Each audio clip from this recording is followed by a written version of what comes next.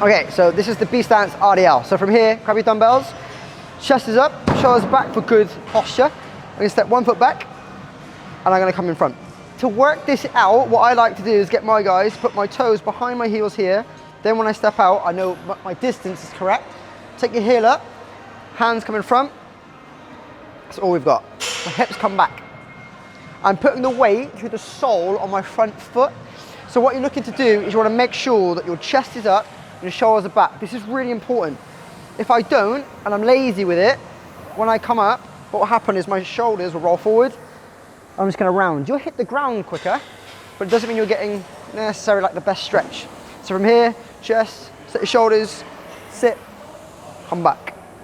Your bum comes back, and I can bum up. So bum out, bum in. At no point does your back take the weight. So all in the back of that hammy. That's it.